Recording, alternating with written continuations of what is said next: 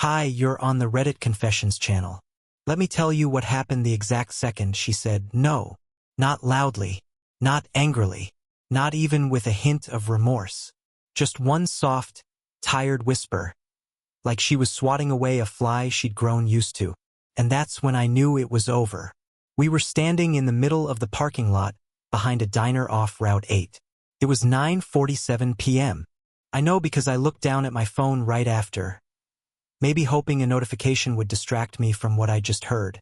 Didn't. She was wearing the scarf I got her last Christmas. The one with the stitched gold thread she once said made her feel classic. That night it looked like a costume. I asked her one simple question. "Do you want to fix this?" She didn't hesitate. She didn't even blink. No. Not "I don't know." Not "I'm confused." Just that one little syllable that gutted a marriage in a heartbeat. So I nodded, smiled like a fool, said, "Okay." And I turned and walked toward my car. The pain didn't hit all at once. It came in slow waves, like warm water creeping into a sinking boat. I had to pause before unlocking the door because my hands were shaking. I didn't want her to see. God, I didn't want her to see. You see, an hour earlier I thought I was going to win her back. I had the whole speech rehearsed. Not too desperate, not too emotional. Just real. Honest. I'd even printed a letter. Folded it neatly in my pocket. I never gave it to her. She never asked. But maybe you're wondering what led to that parking lot. What cracked everything. What made the woman I used to dream about look me in the eyes and end our story like it was just a sentence she no longer liked the sound of. Well, it started 2 months earlier with a charger. Yes, a phone charger. And no, this isn't one of those metaphors. I mean a literal charger. A black USB-C cord I didn't recognize, plugged into the wall behind our couch. And it didn't belong to me. I stood there staring at it for longer than I should have. Just a charger. Small, coiled neatly like someone actually took time to place it just right. I hadn't noticed it the night before, and I hadn't bought a new one. But somehow there it was, plugged into the outlet just behind our living room couch. The kind of outlet you only use if you're charging something secretly, or quickly, or temporarily. I didn't say anything at first. I just unplugged it and slipped it into my back pocket. It buzzed in my brain for the rest of the day like a splinter under my nail. That night, as Melinda brushed her teeth, I casually asked, "Hey, did you get a new charger?" She glanced at me in the mirror and wiped her mouth. Maybe. I don't know. Could have been yours." She was lying. I could hear it in the way her voice dropped a half note at the end. Melinda never said maybe, unless she absolutely knew the answer and didn't want me to know it too. But again, I said nothing. I nodded, let it go, told myself it wasn't worth it. One charger didn't mean anything, right? Except it did. Because that same week, she changed her phone password, stopped leaving her bag on the kitchen chair, started closing the bathroom door even when she was brushing her hair. They weren't big things. But when someone you love shifts, even slightly, you feel it before you can explain it. Like a table that rocks ever so slightly when you lean on it. The foundation doesn't break all at once. It just gets loose quietly, invisibly. A few days later, she told me she was going to dinner with her co-working group, said it was just a brainstorming session. I offered to drop her off, just to be sweet, not to pry, but she hesitated. That tiny pause again. That maybe in her throat. No, she said quickly. Lily's picking me up. You don't have to drive. Lily, her friend from yoga, the one who never made eye contact with me. Something about that felt off too. Like Melinda was suddenly choreographing her life, making sure the scenes played out exactly how she wanted them remembered. She left in a rush that night, wore lipstick darker than usual, heels I hadn't seen in months. A look on her face like she wasn't sure whether she was going on a date or going to war. And I stood at the window like an idiot, watching the car pull away. That night I didn't sleep. I waited. I watched. I checked my phone every 5 minutes like it owed me answers. Around 11:30, I saw headlights. But it wasn't Lily's car. It was a dark blue sedan I didn't recognize. And she got out of the passenger side. She didn't see me watching. Or maybe she did and just didn't care anymore. Either way, I stood behind the curtain like a ghost in my own home, peeking through a half-inch of fabric as my wife stepped out of someone else's car. She lingered for a second before closing the door, saying something to the driver. Then she laughed. That same laugh I hadn't heard in weeks. Not the tired, scripted one she gave me when I asked how her day was, but the real one. The one that used to belong to me. The car didn't move right away. He waited. I couldn't see his face, but I could see the silhouette. A man with one arm draped over the wheel like he was in no rush to leave. She touched the door again, leaned back in, whispered something. It was tender, familiar, intimate. My stomach dropped in slow motion. She closed the door softly. Not the way you do when sneaking in. The way you do when you know someone will wait for you again. She didn't come through the front. She entered through the back patio, like she knew I might be up. When I met her in the hallway, I didn't accuse. I didn't shout. I simply said, "That wasn't Lily's car." Melinda blinked, frozen in place. And then she smiled. Not a cruel smile, just a rehearsed one. "No, it wasn't. Lily left early. One of her friends dropped me off." "His name wouldn't be Timber, would it?" I asked. A flicker. There it was. That half-second drop in her shoulders. That flash of surprise she tried to mask. "Curtis," she exhaled. "Don't do this." That was her response. No denial. No explanation. Just a worn-out request to stop seeing. Stop digging. Stop noticing. I should have screamed. Demanded answers. But I didn't. Instead, I said what weak men say when they're too scared to be right. "I trust you." I trusted her. But my chest ached from the weight of those 3 words. That night, I lay beside her in bed while she scrolled on her phone. Her screen cast pale shadows on the ceiling. I turned away, pretending to sleep, while she tapped out messages in silence. She didn't touch me. She didn't even flinch when I coughed. Like I was no longer part of the room. My heart started writing a goodbye long before my mouth could say it. I just wasn't brave enough to read it yet. That night I couldn't sleep. I stayed as still as possible, facing the edge of the bed like my body belonged to someone else. I focused on my breathing, slowing it just enough to make it believable. Melinda lay behind me, the glow of her screen flickering against the walls like fireflies. I counted each tap of her screen like clock ticks. Quiet, steady, calculated. Then a pause. Then the faint sound of her voice. She was whispering. At first, I thought she was humming or maybe talking to herself. But no, it was hushed and deliberate. The kind of whisper reserved for late-night calls you don't want your husband to hear. My blood ran cold. I shifted slightly, careful not to give myself away. Her voice was low, almost too low to make out, but I caught pieces. Tiny fractures in her loyalty. "I can't talk long. No, he's here. I told you I would." And then silence. Just breathing. And a long exhale, the kind you let out when you're somewhere you feel safe. But it wasn't me. I wasn't the one who made her feel safe anymore. She hung up a few moments later and rolled to her side. I kept my eyes shut, heart pounding, every instinct in me screaming to sit up and ask who the hell that was.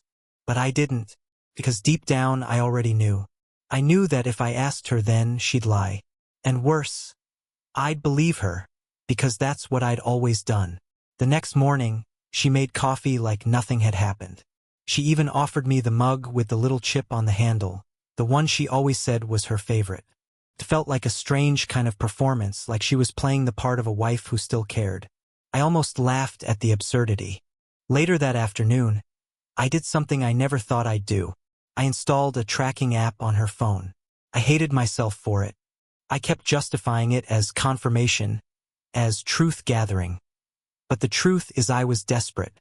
Desperate to know if the monster in my head was real or just my insecurity screaming louder than usual.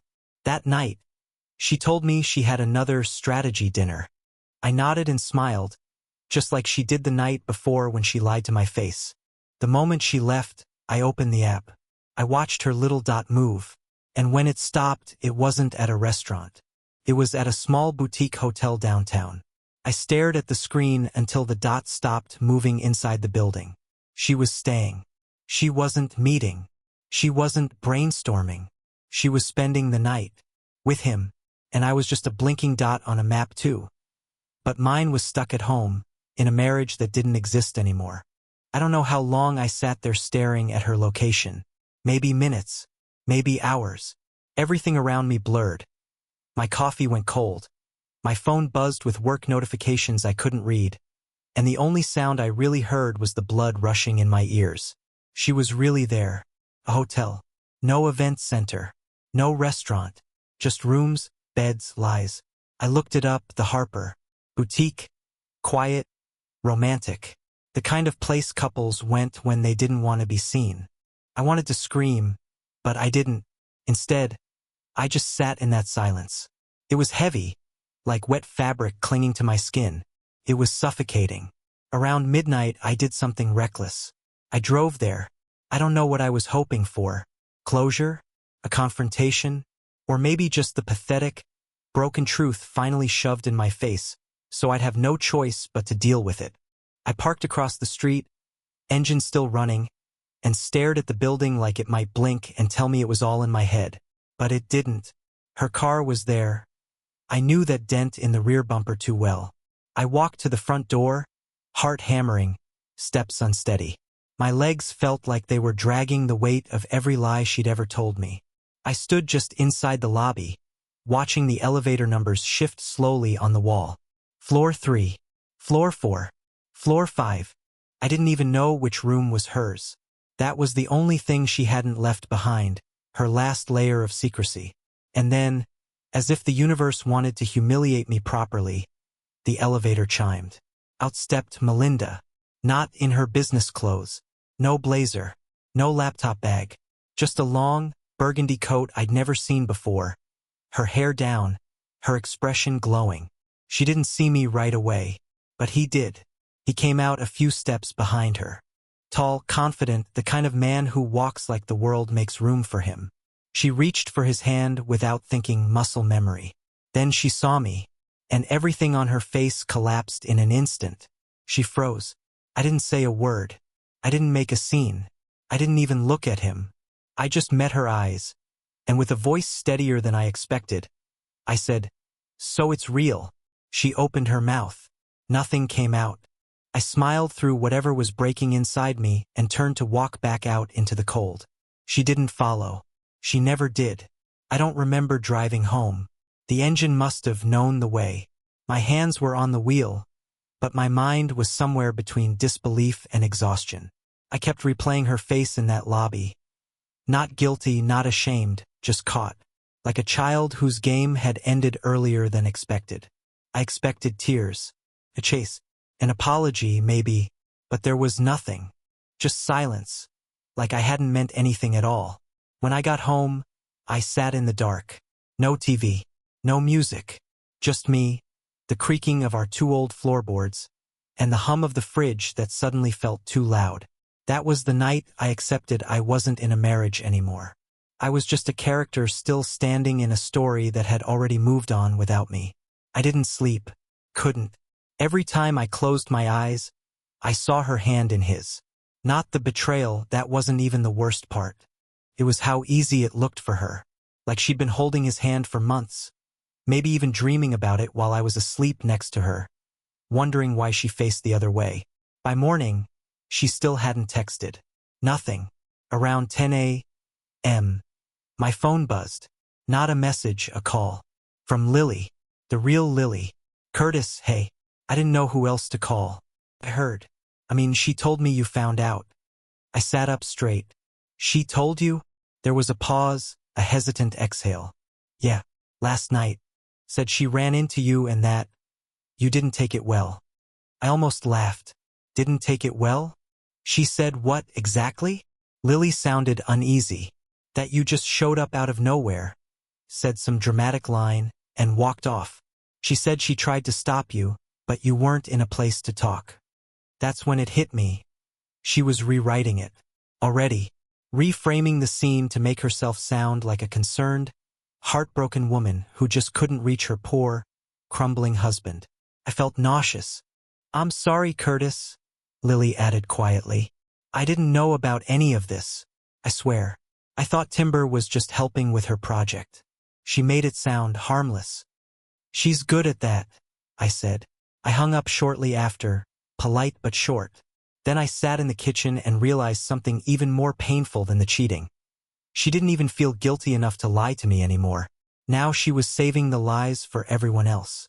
3 days passed. She didn't come home. Not once. No texts. No missed calls. No keys jingling in the door. Just a silence that started to sound like closure. First, I thought maybe she needed space.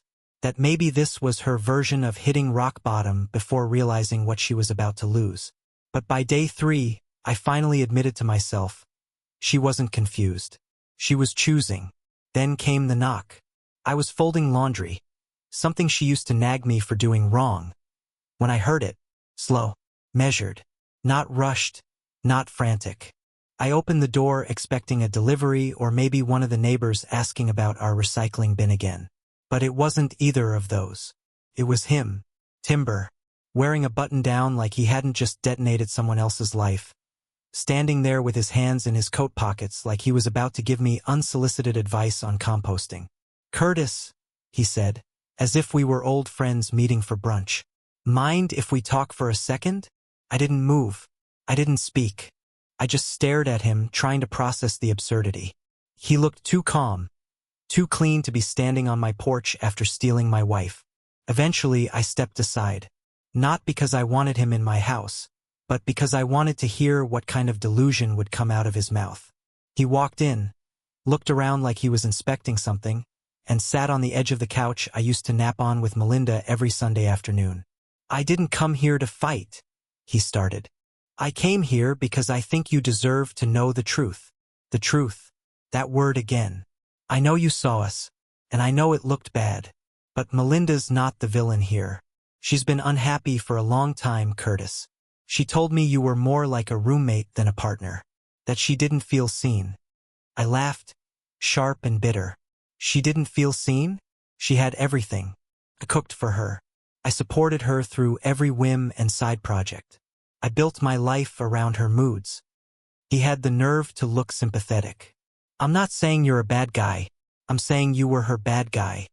I wanted to throw him out, scream, break something, but instead I just stood there, frozen, because part of me feared he was right. That maybe I'd been so busy holding on. I hadn't realized how far apart we'd drifted. Timber stood up, straightened his jacket. "She's staying with me for now. Just so you're not left wondering. I think you should take this time to really look at yourself." And then he walked out, just like that, like he was the one doing me a favor. The day after Timber left my porch, Melinda finally messaged me. Just a single text. "Can we talk?" I stared at the screen for a long time. The man I used to be would have answered right away, hopeful, terrified, willing to say anything to bring her home. But that man had been buried beneath too many quiet betrayals. He didn't exist anymore. Still, I agreed to meet. One last conversation. One final look at the woman I'd spent nearly a decade loving, and maybe, in some twisted way, letting go of long before she physically left. We met at a park. Neutral ground. I wore the same jacket I'd had on the night in the hotel lobby. She noticed. "You look tired," she said softly. "You look like someone else," I replied. She looked down, fidgeted. "I didn't want it to end like this." "You didn't end it, Melinda. You just walked out of it and hoped I wouldn't notice." There was a long silence between us. She didn't defend herself. Not this time. Maybe she was finally out of excuses. Or maybe she realized I was no longer a man who needed one. She said she was sorry. Not crying. Not begging. Just sorry. And I nodded. Not because it fixed anything, but because I needed to hear it to close the chapter. I told her I wasn't angry anymore, that I hoped she found whatever she was looking for. But I also told her I was done letting people who couldn't choose me take up space in my life. She didn't argue. She just nodded too. That was it. We walked away in opposite directions. 2 months later, I took a solo trip. Colorado. Just me, the mountains, and silence that didn't feel like punishment anymore. I started running, reading again, I joined a local group of people who meet on weekends to fix old bikes and give them away to kids in need. I found purpose in the quiet, in the stillness she used to fill. I didn't find someone new, not yet, but I found someone better. I found myself. If you've ever had a moment like mine, where someone gently said no, and you smiled through the pain and walked away, tell us in the comments. What was your turning point? What helped you rebuild? You're watching Reddit Confessions, and remember, sometimes the strongest thing you can do is simply let go. Until next time.